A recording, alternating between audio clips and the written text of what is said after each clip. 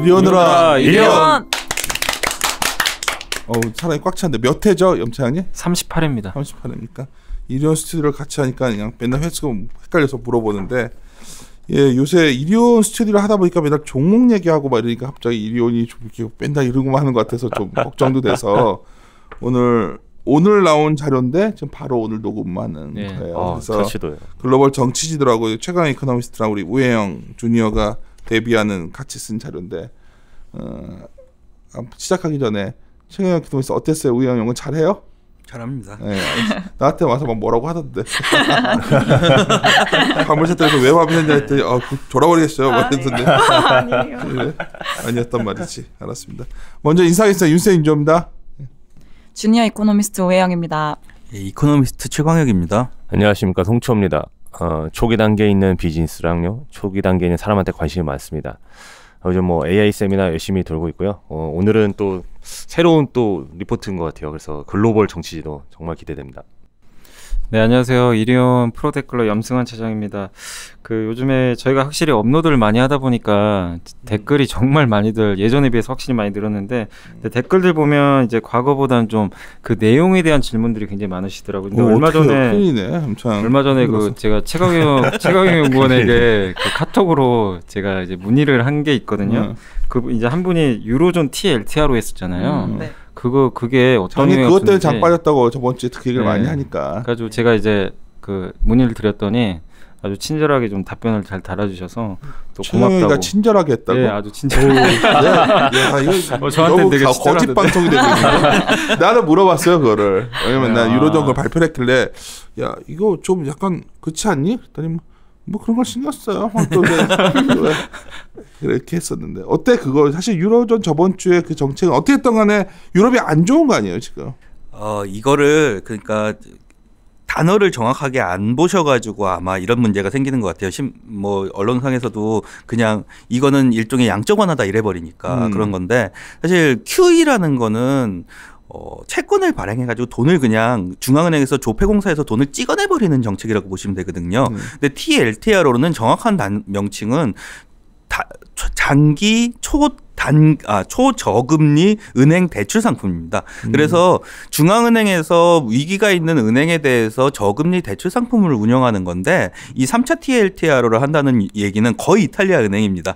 이탈리아 은행에 대해서 지금 1, 2차로 빌려줬던 자금에 대해서 롤오버를 해준다는 뜻이거든요. 이건 돈이 시중에 푸는 거하고 완전 다른 얘기입니다. 그래서 오히려 유로존의 금융 불안을 조금 더 안정적으로 가져가겠다라는 스탠스 정도로. 그렇지만 뭐 말 나온 게 아니고, 그렇지만 어쨌든 시장에 나타난 현상은 저번 주 달러가 강하니까 뭔가 또 유로 약세 요인 아니냐 뭐 이런 말도 나왔던 건데, 뭐 사실 저번 주에 중국 증시 하락했던 이유 중에 하나가 이거 나오면서 야, 미국 빼고는 다들 이거 안 좋은 거 아니야 경기 뭐 이런 식이었거든요. 그날 나왔던 것 중에 이제 부정적인 건 있죠. 그러니까 경제 성장률 전망치를 너무 내려놨다라는 거. 예, 그게 부정적이었다라고 보고요.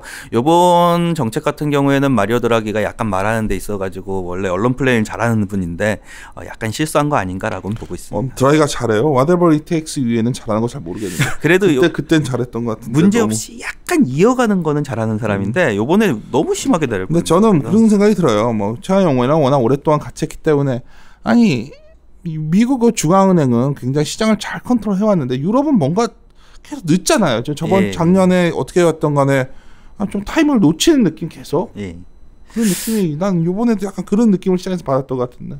약간 유로존은 이게 그게 다른 것 같습니다. 페드는 한 명이, 그러니까는 대통령도 한 명인 거고 페드 의장도 결정을 내릴 때 자기들이 결정 내리면 끝나버리는 건데. 나가 하나죠. 예, 근데 ECB 같은 경우에는 이게 독일 눈치 봐야 되고 언어도 다 다르고. 예, 그러니까 이게 눈치들을 많이 보게 되는 것 같습니다. 그래서 빠른 정책은 조금 어렵지 않나라고 보고 있는 거예요. 그래요. 오늘 다룰 자료가 그런 거예요. 그러니까 글로벌 정치지도인데 맨날 이제 저희가 요즘 또 자주 올리다 보니까 그냥 종목 중소형 올리면 제일 좋아하시는데 사실 그거는 저희가 하는 전체 업무량으로 본다면 한 20%? 그렇죠.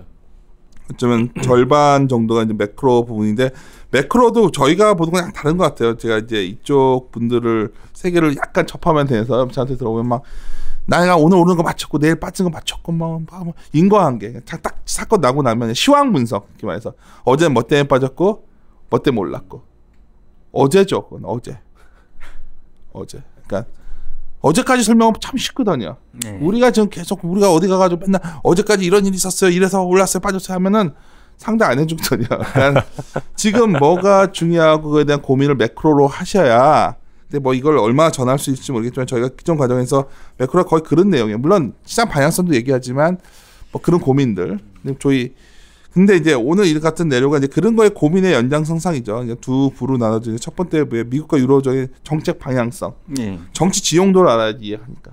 그렇죠. 경제만 따로 있는 건 없으니까. 그리고 2부에서 그렇죠. 이머징 했는데 하여튼 최강 이코노미스트 한번 들어보면서 저도 네. 뭐 같이 깔 건 까고 할 테니까 시작합시다. 일단 저희 쪽에서 나눈 게 선진국하고 이머징 쪽으로 나눴는데 그렇게 생각을 하시면 될 것 같습니다. 이게 뭐 대형주하고 중소형주로 생각을 하시면 될 것 같은데 보통 일반적으로 대형주 같은 경우에는 그 정책의 방향이나 경제의 방향을 많이 타고 가면서 장기적으로 들어간다라고 보시면 중소형주는 그때그때 나오는 이슈들에 민감하게 반응을 하잖아요. 그래서 저희 쪽에서 정치 지도에서도 반응을 한 게 미국하고 유럽 같은 경우에는 정책, 금융정책하고 재정정책의 방향성이 어디로 가고 있느냐를 많이 분석을 했고 이머징 국가 같은 경우에는 우혜영 연구원이 했는데 지금 제일 핫한 이슈들이 뭐냐를 분석하는 데 중점을 둔 겁니다.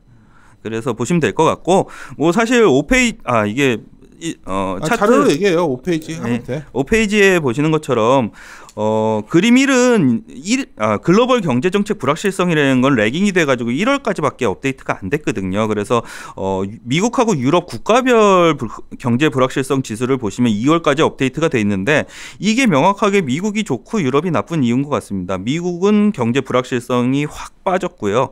유럽 같은 경우에는 불확실성이 아직도 높은 수준에 유지돼 있거든요. 이 정책 불확실성 인덱스가 예. 이게 어떻게 구성하는 거예요? 처음 접하신 분들한테 설명을 해주면. 저도 이거 사실 모릅니다. 물론 그러니까 전에 한번 예. 설명을 얘기를 했었지만 예. 서베이는 아닌 것 같지. 이거 서베이 아닌 것 같고 서베이가 아닌데 이게 약간 정책 불확실성이라고 그러면 보통은 일반적으로 이머징 뭐 리스크 시그널 지수나 뭐 이런 거를 보시면은 보통은 채권금리나 아니면은 뭐 하이힐드 채권금리 뭐 환율 이런 것들이 들어가서 구성을 하거든요. 근데 왜 이 말하면 어떤 시황 쪽에서 이거 뭐 자꾸만 서베이 비슷하게 보는데 서베이 한 것 같지는 않고 예. 여러 가지 뭐 이렇게 해가지고 예, 지표들로 시그널링 했거나 뭐 이렇게 한 것 같아요. 그렇게 보시면 될 것 같고요. 저희 쪽에서 보고 있는 그림은 전에도 한번 말씀을 드렸는데 7페이지에 잠시만요. 성장률 전망치. 예, 이 성장률 전망을 말씀을 드리는 게 제일 좋습니다. 유로존 경제 성장률이 안 좋은 이유는 유로존 경제 성장이 안 좋고 나쁘게 보이는 이유는 성장률 전망치가 계속 빠지고 있습니다. 전혀 이 회복할 모습을 못 보이는데 미국 경제 성장률 전망치를 보시면은 의외로 안 빠졌습니다. 피크아웃 논란이나 이런 게 계속 있었음에도 불구하고 2018년에 전망치가 안 빠져내려갔거든요. 그러니까 이걸 갖고 얘기해요. 예. 그림 11과 11 놓고서 예. 안 좋게 보는 사람들은 버티던 미국이 꺾일 거다 보는 거고 좋게 보는 사람은 안 좋던 유럽이 돌 거라 보는 거야. 이거에 대해서 한번 얘기를 해보면 근데 어때요? 꺾인다고 보는데 경제 성장률 지금 컨센서스가 몇이냐 하면은 2.6입니다.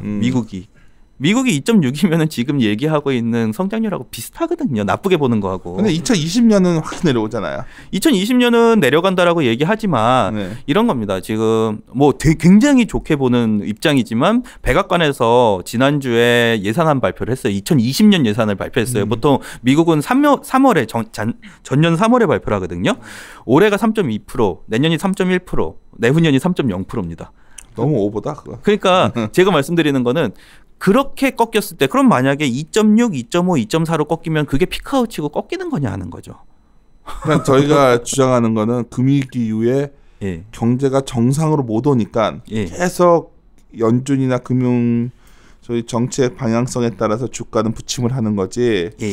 그 생각을 많이 하는 거고 또 너무 펀더멘탈하게 중심으로 보시는 분들은 야 미국 성장률 전망치가 20년에 꺾이는데 그러면 유럽도 안 좋은데 저번 주에 약간 쇼크 비슷하게 왔던 게 유럽마저 미국도 안 좋은데 안 좋아질 건데 유럽은 더 안 좋아지는 거 아니야 이래서 이랬던 거야. 그러니까 뭐 뒤에서도 말씀드리겠지만 항상 얘기 드리는 건데 유럽 지금 확인하시면은 절대 좋을 수 없습니다. 저희들 뷰는 이거예요. 그래서 안 좋아서 예. 정치가 중요하다는 거예요. 정치적으로 선거를 앞두고 있으니까 뭔 짓이라도 할 것이다. 이거 아닌가? 그래서 예. 한번 얘기해 봅시다. 이게 지금 여기 페이지로는 8페이지에 그림 14번인데 저는 작년에 애널리스트들 경제 자료나 아니면 중미 무역 분쟁 자료 많이 나온 거 보시면은 항상 하는 얘기가 요거였습니다. 무역 정책 불확실성이 높아질수록 트럼프의 지지율이 같이 높아진다. 그러니까 트럼프는 지지율을 높이기 위해서 중미 무역 분쟁을 계속 가져갈 것이다라는 얘기를 했었거든요. 작년에는 상관관계가 있었지. 근데 올해 딱 보시면은 완전 반대로 가기 시작했거든요. 왜냐하면은 미국 지네들이 이제 손해를 보기 시작했거든요. 기업도 손해를 보고 국민들도 이게 안 좋다라고 생각을 하기 시작하니까 지지율하고 반대로 가버린 거고요. 이 상황이면 지지율에 도움이 안 되는 상황이면 트럼프가 이걸 끌고 갈 이유가 없다는 거죠. 이 실제로 그림 15에서 보시는 것처럼 트럼프 지지율이 엄청나게 방어를 잘했습니다. 대통령이 된 다음부터. 이게 지금 트럼프가 44%, 문재인 대통령이 46%입니다. 그림 15는 굉장히 당신의 정치 성향이 담겨져 있는 이 그림 15가 어떤 극우파적인 사람들 문재인 대통령 지지율이 80% 넘었다가 지금 트럼프에 접근했다. 없는 것 그래프의 의도가 너무 의도가 담긴 그래프 아니냐는 거지. 적인 감정이 들어갔어. 이게 무슨 의도였냐면 우리 하우스의 우파인 저기 이게 무슨 의도냐면은 경제를 좋아지게 만들려고 성장 쪽으로 세게 들어가는 대통령하고 그다음에 경제 쪽에서 계속해서 우려가 있는 대통령의 지지율 차이를 보여드리기 위해 가지고 이거를 넣었다고 보면 될 것 같고요. 사실 아르헨티나나 이런 이머징 국가들은 보여주기가 어렵고 한국이 여기에는 제일 부합하는 게 있더라고요. 그래서 보여드리는 거라고 보시면 될 것 같고요. 그러면은 이제 경제 성장을 위해 가지고 정책을 펼쳐야 되는데 저는 개인적으로 미국 경제를 보실 때 그냥 머릿속에 하나 딱 생각해 두셔야 되는 거는 2020년에는 재선 구간이다를 꼭 생각하시고 정책을 보셔야 될 것 같습니다. 경제 정책은 재정 정책은 특히나 항상 타임렉이라고 해서 시차가 발생을 하지 않습니까? 시차가 발생해서 경제를 좋게 만들어 가지고 그거를 대선에 이용하려고 그러면은 지금부터는 경제가 좋아지는 정책들이 나와야 됩니다. 그거에 최선방에 서 있는 게 9페이지의 그림 16 보시는 것처럼 저는 인프라 투자 예산이라고 말씀을 드리는 거고요. 인프라 투자 예산이 이게 전체 2천억 달러 규모에서 올해가 450억 달러입니다. 이게 22%거든요. 10년 중에 4분의 1을 2019년에 쏟아붓겠다라고 얘기를 하고 있는 거기 때문에. 예, 그래서 엄청나네요. 어찌 됐든지 간에 올해는 좋다라고 말씀을 드리는 거고 그거의 대부분의 예산이 농촌 인프라 개발입니다. 생각해 보시면은 농촌 지역 개발하는 거 항상 표복 기회 가지고 많이 하는 정책이거든요. 그래서 410억 달러를 농촌에다가 집어넣는 거기 때문에 생각보다 정책은 굉장히 빨리 들어갈 수 있다라고 생각을 해주시면 될 것 같고 10페이지 보시면 인프라 투자를 하기 위해서 두 가지 전제가 있습니다. 첫 번째는 기업이 대출을 많이 해서 투자를 하게 만들기 위해서 금리가 낮아야 되고요. 두 번째로는 레버리지를 일으키는 거기 때문에 레버리지를 위한 규제 완화가 들어가야 되는데 지금 상원에서 규제가 계속 튕겨나가고 있긴 한데 트럼프 대통령은 하원에서는 계속 통과를 했었고요. 작년 같은 경우에도.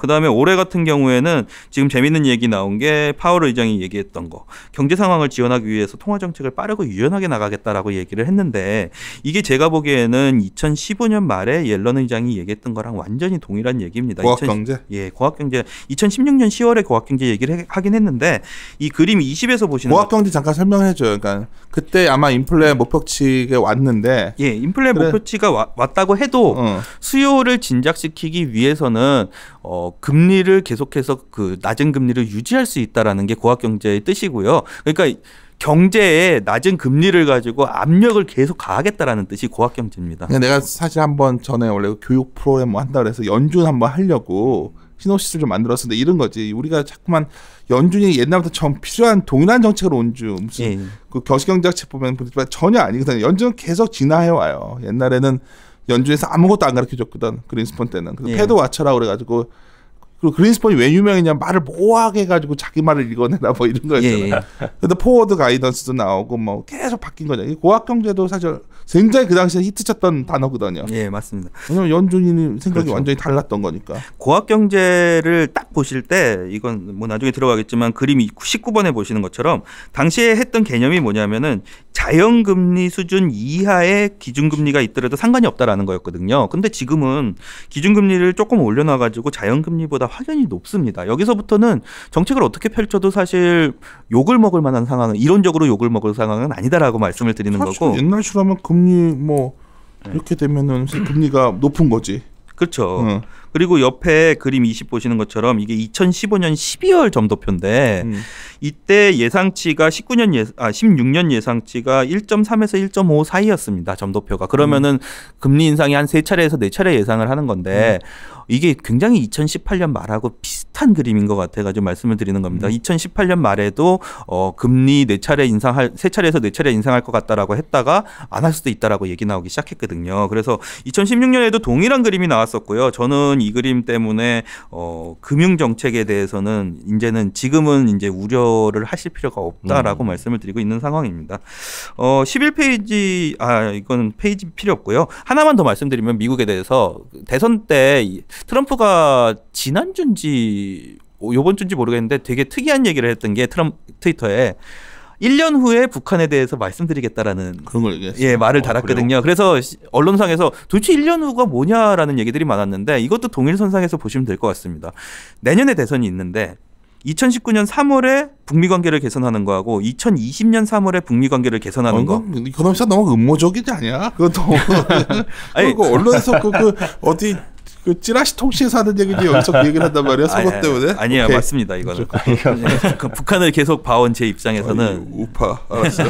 이게 맞습니다. 그래서 2020년 3월 지나면서부터는 오히려 북미 관계 개선에 대한 부분도 조금은 그때 왜 북한 관련된 거 많이 관심 가지시는 분들 계셔가지고 그때부터 시작해서는 긍정적인 분위기 이어져 나갈 거다라고 말씀을 드리기 위해서 말씀드린 거고요. 근데 그 최근에 어쨌든 제가 보니까 미국에서 트럼프가 기자회견 한 거 보니까 굉장히 기자들 그 북한 미사일 그거 다시 또 그런 부분 때문에 실망스럽다. 그러면서 1년 얘기를 제가 한 것 뉴스에서 보긴 봤는데 근데 그게 트럼프가 어쨌든 뭐 내년에 다시 할 수는 있지만 이게 어쨌든 또 김정은이 또 어떻게 또 바뀔지도 모르는 거고.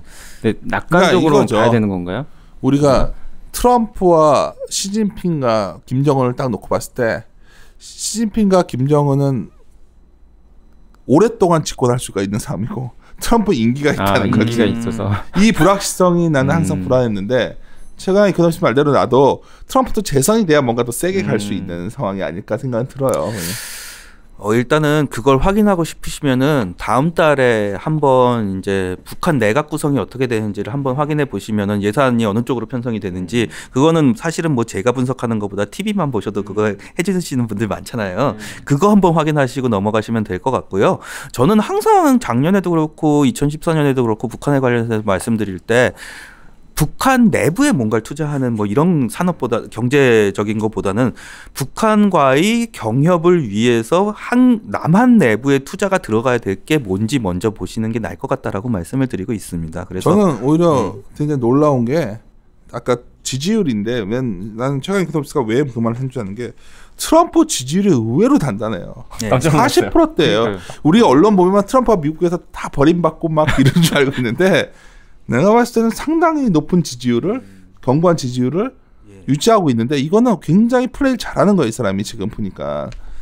제가 아는 대통령 중에 공약을 가장 잘 지키는 대통령입니다. 너무 트럼프 좋아해. 우파야 우파. 아니 그게 아니라 미국의 모든 대통령 중에 그쵸? 공약을 가장 잘 지키는 대표입니다. 지금 현재 공약을 모든 공약을 다 지켰는데 남은 게 인프라 투자밖에 없거든요. 그래서 예루살렘 저번에 한번 방송도 얘기했잖아요. 모든 대통령이 유대인표 얻어야 되니까 항상 예루살렘 수도 얘기를 했었는데 유일한 대통령이 지켜준 게 이 사람이에요. 그러니까 미국이 생각보다 그런 비즈니스적인 그런 거 막 이서 사기꾼 같고 이런 것 같은데 의외로 공약해놓은 거 보면 물론 좀 뭐 너무 보기 싫은 모습도 많아. 좀 이상한 것도 좀 이상한데 이런 건 잘하는 것 같아요. 이런 부분은. 그 유로존 같은 경우에는 이제 이거는 진짜 말씀하셔도 사실은 안 믿으실 것 같아요. 제가 경제 지표를 봐도 못 믿겠거든요. 근데 최악인데 여기는. 네, 근데 이게 그림 21을 봐주시면 이런 얘기입니다. 유로존에 대해서 작년에 이탈리아 예산안 문제가 어마어마한 문제고 이탈리아는 포퓰리즘 정당이 지배해서 망할 거고 막 이런 얘기들이 나왔는데 결론적으로 이겁니다. 원래 예정됐던 재정 적자는 마이너스 0.8%였습니다. 2020년에는 0%까지 만들어야 됐거든요. 근데 그게 2.4%를 하겠다고서는 악을 쓰고 EU랑 싸우다가 결국에는 승인된 게 2.04%입니다. 마이너스 0.8%하고 2.04%는 완전 의미가 다르거든요. 재정을 엄청나게 풀 수 있게 만들어놨다라는 부분이 이탈리아에는 굉장히 중요한 부분이라고 봐주시면 될 것 같고요.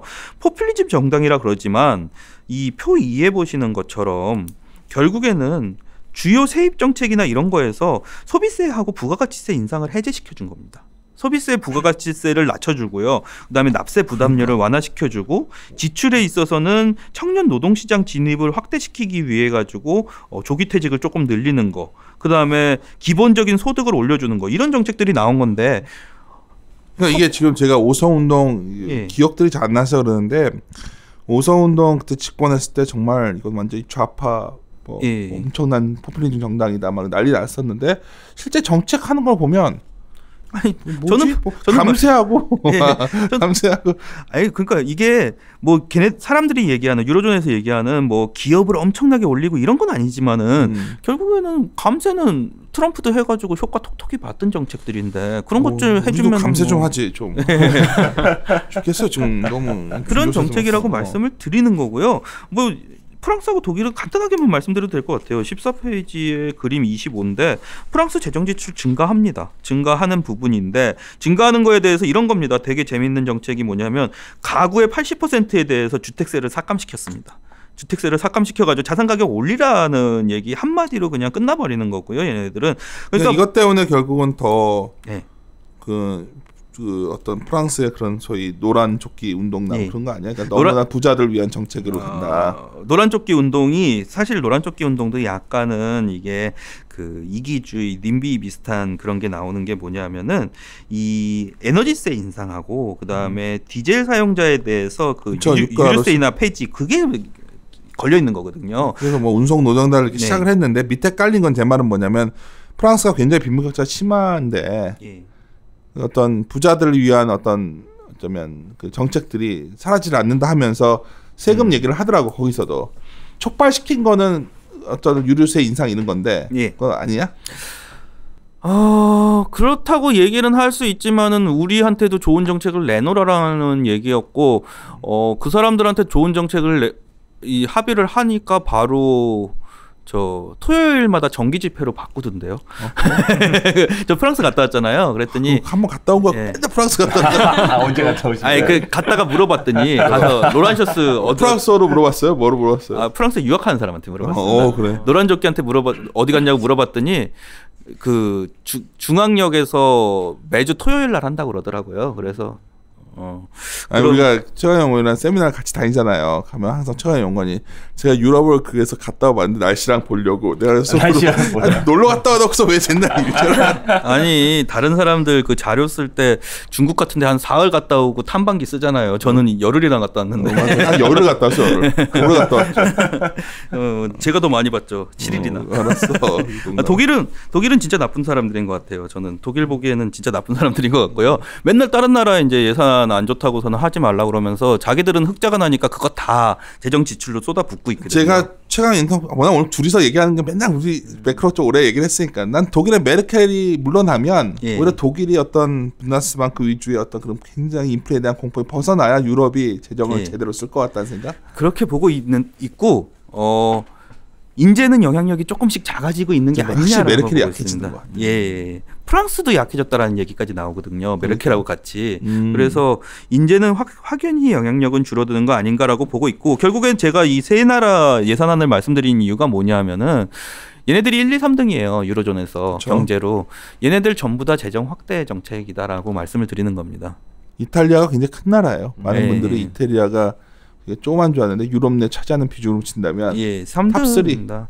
그리고 탑 5까지 애들이 제가 알기로는 유로존 경제 전체 비중의 50% 이상을 차지하거든요. 26개 국가 중에서. 그래서 여기에 스페인하고 네덜란드 꼽으면은 유로존 경제 차지하는 거 거의 대부분의 나라들이다라고 보시면 될 것 같아요. 그래서 메르켈이 만기가 21년부터까지인데 그때부터 2021년에 연임 안 하겠다라고 그랬거든요. 그러니까는 그게 레임덕이 있는 거네요. 예, 그래서 2020년 정도 되면은 이제는 힘 없어질 것 같긴 하고요. 금융정책 쪽에서는 저는 최근에 양적 완화 이런 거 말씀드릴 때 얘기 드리는 게 만약에 진짜로 유로존이 QE 종료를 번복하겠다라고 그러면 저는 유로존 안 볼 겁니다. 그러니까 QE를 사람들 연장하면 정말 불안하거든 지금. 예, 꼭 그게 그럴 제일- 것 같다는 얘기를 하는 거지 지금. 유럽이 너무 안 좋아서. 그게 제일 불안한 건데 TLTRO를 시행했다라는 거는 일단은 이런 걸로 한번 올해는 버텨보자라고 얘기하는 게 아닌가라고 근데 판단을 그렇게 내리는 거고. 버텨보자는 의미도 있죠. ECB에서 이거 또 이런 걸 한다는 게 결국은 또 이러다가 QE를 저번에도 연기를 했었으니까 정도를 또 그 짓을 하는 거냐 생각하니까 그러면 저번 주부터 유로존 쪽에 대해서 야 이거 정말 안 좋은 거야? 도대체 얼마나 심각한 거야? 뭐 이런 분위기란 말이에요. 어느 정도냐면은 지금 심리적으로는 독일이 원래 작년에 예산안 짤 때 독일 2019년 경제 성장률을 1.8%로 예상했었거든요. 그게 올해 1월에 1%로 예상을 내렸어요. 근데 그거를 다시 짜면서 0.8%로 내린다는 소리가 나오고 있습니다. 그래서 경제가 안 좋을 거다라고서는 유로존 사람들도 심리는 굉장히 안 좋아진 상태긴 한데 그거하고 저는 QE는 별개라고 보고 있는 게 전주 중국전 시간 빠진 거를 많은 분들이 뭐 MSCI 그 수급에서 뭐 생각보다 못 사게 상달 30%를 안 풀어줬다 얘기도 하고 막 어떤 사람 중국 경제가 이게 중국 펀드멘탈 불안해 보니까 유럽이 안 좋아 보이니까 사실 유럽 경기가 많이 연동되잖아요 글로벌.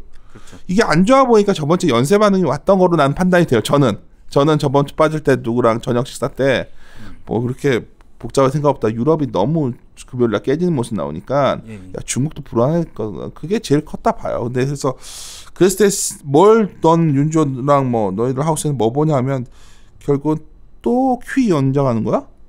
그죠? 그 얘기가 나오겠죠. 나올 수가 있으니까. 근데 9월에서 12월 사이에 QE를 연장했었잖아요. 종료하는 걸. 쉐시였지 그게. 근데 그게 경제에 별 영향을 크게 좋은 영향을 못 줬다는 걸 주지도 못하고 확인했으니까. 더 불안감만 만들었거든. 예. 작년에 그 연장한 게 내가 봤을 때는. 그래서 아마 ECB도 알고 있지 않겠느냐라는 판단을 내리고 있는 부분이고요. 그래서 경제 좋아질 거면은 그래서 언제부터 좋아질 거냐라는 말씀을 많이들 하시는데 일단 기저효과 없어져야 됩니다. 경제 지표상으로 확인하시려면 기저효과 없어져야 되는데 작년에 생각해 보시면 1, 2, 3월이 너무 좋았어요. 경제가. 유로존 경제가 생각보다 안 나빴거든요.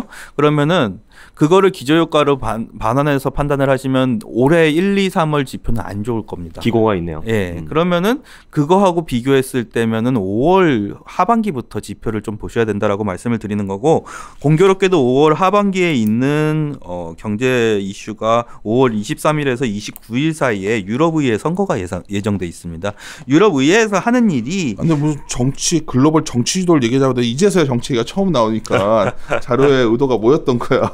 정책이니까 금융정책하고 재정정책 하는 거야. 너무 편하니까. 근데 그러니까 이 선거가 왜 중요한지 좀 설명을 해줘요. 그러니까 유럽의회 선거라는 게 유럽의회에서 하는 일이 뭐냐면은 예산안 심의합니다. 그러니까. 유로존 국가들 예산안 심의하고 그 안 좋은 정책이나 이런 거에 대한 컴플레인이 들어오면 여기서 심의를 합니다. 생각보다 막강합니다. 예, 그래서 그 그림으로 봤을 때 보시면은 올해 제일 문제다라고 많은 분들이 얘기하시는 게 유럽의회에서 포퓰리즘 정당들이 득세할 거다라는 얘기들을 많이 하시거든요. 근데 저는 아까 말씀드렸던 것처럼 포퓰리즘 정당이 유럽에서 얘기하는 포퓰리즘은 우리나라에서 얘기하는 포퓰리즘하고 다른 것 같다라는 말씀을 드리는 그러니까 거예요. 아케 우리에서 그러니까 이탈리아 오성 운동이나 예. 이런 애들이 집권하고 산 정책을 한번 보자는 거지 저희는. 그게 의외로 이 친구들 정책이 오히려 우리가 굉장히 진보적인 정책을 많이 쓰는 것 같아요. 최근에 우리나라가. 그러니까 그 많은 분들이 얘기하시는 것 중에 재정적자 비율을 얘기하시잖아요. 네, 이탈리아. 그거죠, 뭐. 저는 되게 웃기는 게 미국은 재정적자 비율이 마이너스 3.7%입니다. 그다음에 중국은 요즘에 나오는 얘기가 왜 마이너스 3% 발표 안 했냐고 난리예요. 근데 이탈리아는 마이너스 2.4% 발표했다고서는 얘네들 망한다라고 얘기하는 거는 저는 국가 비교할 때 정책상으로 안 맞는다라는 근데 거예요. 왜 그러냐면 기존에 독일이 입김이 세니까 예산에 대해서는 거기가 굉장히 균형 재정 이상을 추구하는 곳이니까 근데 독일 애들이 그런다고 왜 우리나라 언론에서 그걸 얘기하는지 모르겠어요. 뭐 하다 보면 우리가 밥 먹고 하는 얘기고 그거는. 예, 그러니까 그런 것들을 그 얘기들에 대해 가지고 요번에 2014년은 중도 우파하고 좌파하고 합쳐서 과반수가 돼요. 근데 2019년은 거의 대부분 거의 높은 확률로 중도파에서 이제는 집권을 못할 것 같습니다. 중도파가 집권을 못할 것 같고 오성운동이나 이런 애들이 유럽 의회에 들어가거든요. 그러면은 포퓰리즘적인 정책이 막 득세를 한다라는 게 아니라 재정을 확대해야 되는 거 아니냐라는 얘기들이 이제는 수면 위로 올라올 거다라고 말씀을 드리는 거고. 트럼프도 재정청 쓰고 중국도 보니까 감세 플러스로 예. 들어가는 것 같고 유럽도 약간 그 사이클 들어가는 것 같고 통화 당국들은 돈 풀고 있고 이게 겹치면 뭐 이게 결론이 어떻게 날지 모르겠는데 그거 얘기하고 싶은 거 아니에요? 죽기 전에 한번 세게 해보고선 질러보고서는 죽는다는 표현을 써 잘 될 수 있지. 그러니까 경제가 어차피 죽을 것 같으면, 죽을 것 같으면. 일단 뒤에 부정적인 효과를 생각하는 게 아니라 일단은 제일 센 걸로 한번 질러보자는 게 이런 지금 문제인 것 거예요. 같아요. 학교의 교수님들은 아마 이 생각을 할 거예요. 야, 지표 보는데 큰일 났다. 큰일 났어. 세경 자본주의 그러면 이제 막 자본주의 붕괴론 나오시고 또 논리적으로 틀린 말이 하나도 아니니까 그럴 수 있는데, 인간이 바보가 아닌 이상 자꾸 우리가 막 아까 매크로 얘기를 할 때 지난 이러이러했다를 설명하는 건 참 쉬운데, 그래서 바보들이 아니기 때문에 무슨 짓이라도 하는 거예요. 그 대표적인 곳이 미국의 연준이 참 대단하다는 게, 수많은 위기 속에서 연준은 계속 지나해 왔고, 지금도 내가 연준이 이상한 말 많이 하거든. 우리나라에서는 한은에서 만약 주식시장 얘기했다가는 저 마바라들 할 텐데 연준 위원들은 대놓고서 리스크온 얘기를 하고 있고, 또 유럽도 제가 아까 우리가 그냥 축약해서 말씀드렸지만은 독일의 입금이 좀 줄어들면 어차피 이게 유럽도 약간 이런 길로 가는 거 좋은 시그널, 어떻게 보면 또 포퓰리즘이 안 좋아질 수도 있고. 뭐 가능은 하죠. 나중에 되면은 이제 부정적인 영향들이 있었다라고 얘기하긴 하겠지만 포퓰리즘이라는 게 극우도 있고 극자도 있잖아요. 그쵸. 그래서 꼭 뭐 이게 경제 성장을 안 좋은 방향으로 나가는 게 포퓰리즘은 아니거든요. 재정을 어쨌든 확대시켜 버리는 쪽이 포퓰리즘이기 때문에 저는 개인적으로는 나쁘지 않겠냐라는 이럴 수도 있어요. 말씀을 저는 드리고. 지금 뭐냐면 이번 주에 하여튼 유로존 영국 브렉시트 표결이 있으니까 이러다가 이제 잔류로 결정 나고, 예. 그러니까 뭐냐면 연장으로 협상 결정 나고, 또 세월아 내월아 시간 갖고, 예. 그러면서 내년 지나면 이제 메르켈은 거의 갈참되고, 예. 그러면 유럽도 분위기가 확 바뀌는 시기가 내년. 이게 좋다 나쁘다가 아니라 내년에 트럼프 선거가 있고, 예. 유럽도 사실 없대요. 굉장히 전환기적 상황에 들어가는 상황이거든. 그래서 미국하고 유럽 두 개를 일단 중심으로 한 건데, 이게 20페이지 이 그림 42에 봐주시면은 만약에 영국이 브렉시트를 통해서 탈퇴를 한다라 그러면 영국 의석이 73석이나 됐어요. 경제가 있으니까요. 근데 유럽은 의석이 안 늘어나요. 근데 프랑스, 이탈리아, 스페인은 늘어나요. 의석이.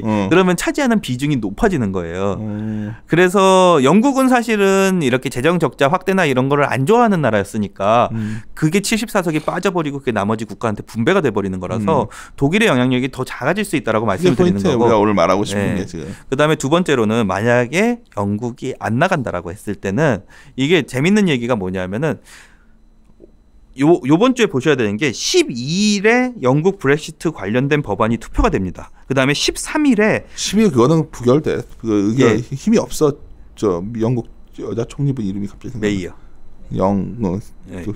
그게 부결이 되고 나면은 13일에 이걸 어떻게 할지에 대해서 다시 투표가 들어가고요. 14일에 제2 국민 투표를 할 건지 말지에 대한 투표가 들어가요. 그치. 그래서 이 12, 13, 14가 영국 브렉시트 관련해서는 중요한 날이라고 말씀을 드리는데, 여기 재밌는 얘기가 뭐냐면은 만약 그 유럽 의장이 얘기했던 게 만약에 연기를 하게 되면은 7월 정도가 될 거, 7월 정도로 연기를 할 수 있다라고 얘기를 했어요. 근데 그러면은 5월 23일 유럽의회 선거를 영국이 할 수가 있게 돼요. 그러면 만약에 나간다고 하더라도 74석을 남겨놓은 상태에서 5년 동안 나가버리는 거거든요. 5년 동안 유럽의회에 영향력을 행사할 수 있다는 뜻이에요.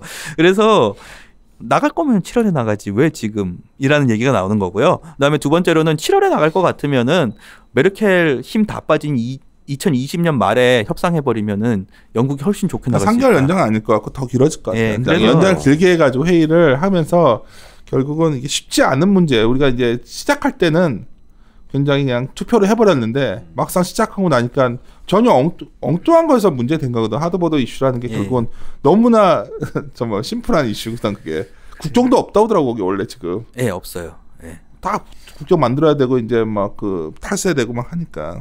구조를 이게 약간 헷갈려서 그런데 이제 국가별로 의석들이 나눠져 있고 그다음에 국가 안에서는 이제 각 나라에 있는 여러 당이 도전하는 것처럼 저 보이는데요. 국가 안에서 그러니까 투표할 때 뭐 무슨 유럽 의회에서 공통으로 만들어서 뭘 투표를 하는 게 아니라요. 각 국가별 투표로 그냥 쉽게 생각하시면 돼요. 자기 정당에 대한 투표들을 해가지고 그 정당 투표를 가지고 원래 옛날에는 사람으로 투표를 했었거든요. 근데 이제 정당 투표로 바꿨고요.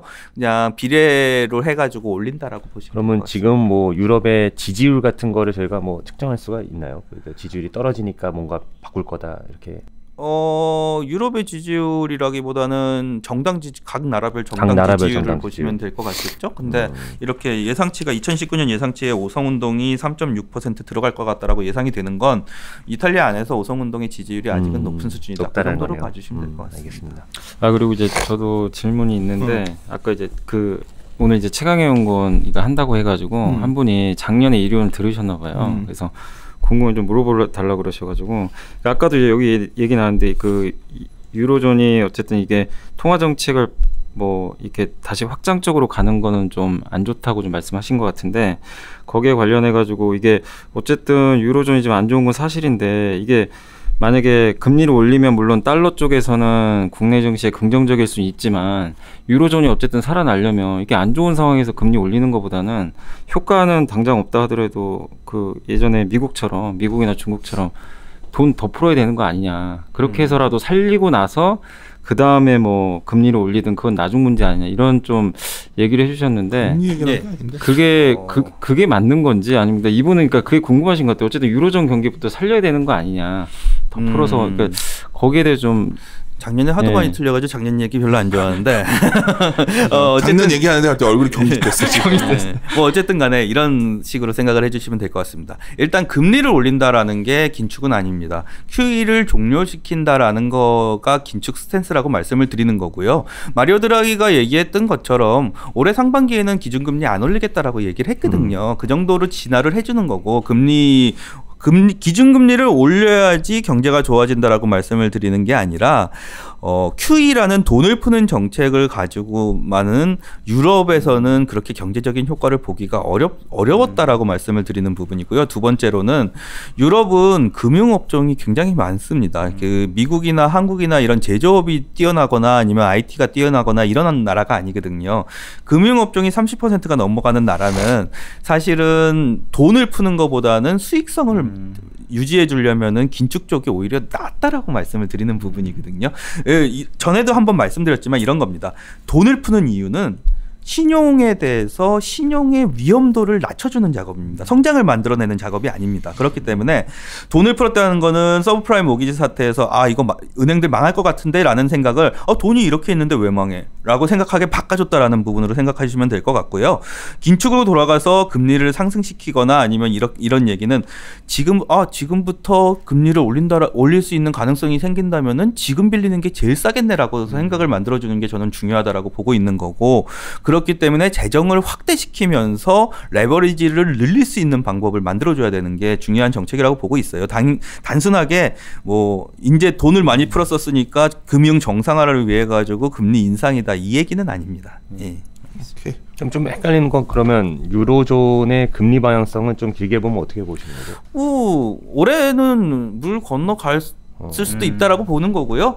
미국도 2014년 10월에 QE하고서는 2015년 12월에 금리 첫 번째 올렸거든요. 그러면 유로존 입장에서 보면은 2018년 12월에 QE 종료했으니까 경제 상황 보고 내년 초쯤에 한번 경제 괜찮아진다 싶으면 올리겠죠. 네.